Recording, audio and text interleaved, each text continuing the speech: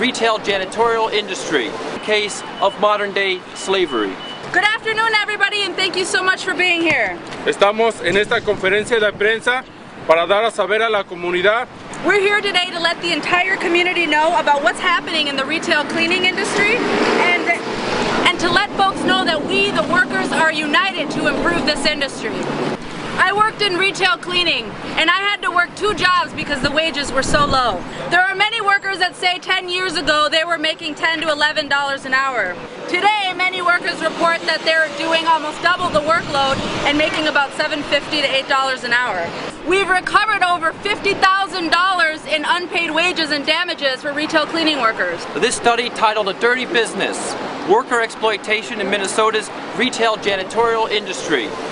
This study sheds light on the reality faced by thousands of retail cleaning workers around the country, as well as here in the Twin Cities. Minnesota-based Packet Maintenance Incorporated, even after a DOL investigation, when it paid its paychecks to its employees, 116 of them bounced. That's all 116 employees' paychecks bounced. I'm one of the attorneys representing the plaintiffs. As many of you may be aware, there was an action filed in federal district court last fall, October of 2011. What we have here is a large group of plaintiffs who've worked for many years, some of them as many as 8 years, at 56 to 80 hours per week, and never paid overtime. Invented is diversified maintenance systems. And again, the plaintiffs involved here are all either current or former employees of DMS who suffered terribly while working for the company. Muy buenas tardes, querido público. Soy una compañera de Diversify. Good afternoon, public. I am another former worker of Diversified. My name is Leticia Baeza, and I'm here to talk about the fact that I worked for 4.5 years for the company Diversified.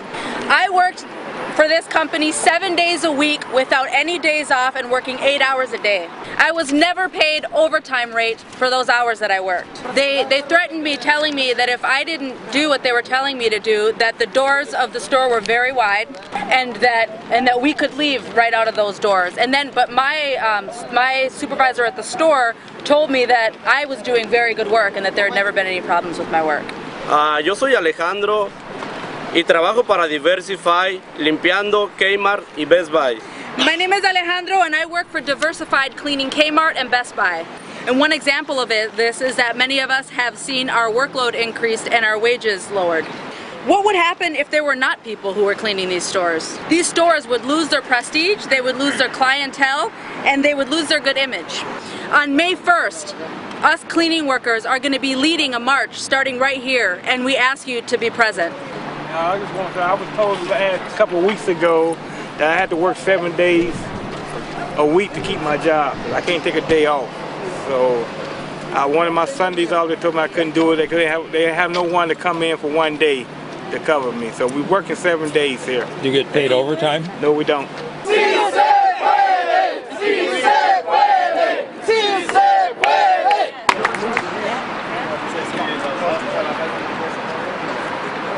I might point out, it's my understanding DMS does not like to proceed to trial.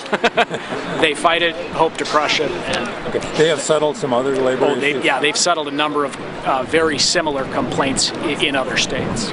We signed a settlement agreement with SuperValue to end the campaign against SuperValue and kind of a mutual agreement with SuperValue. So when was that? The next day. It was in September, I believe. Okay.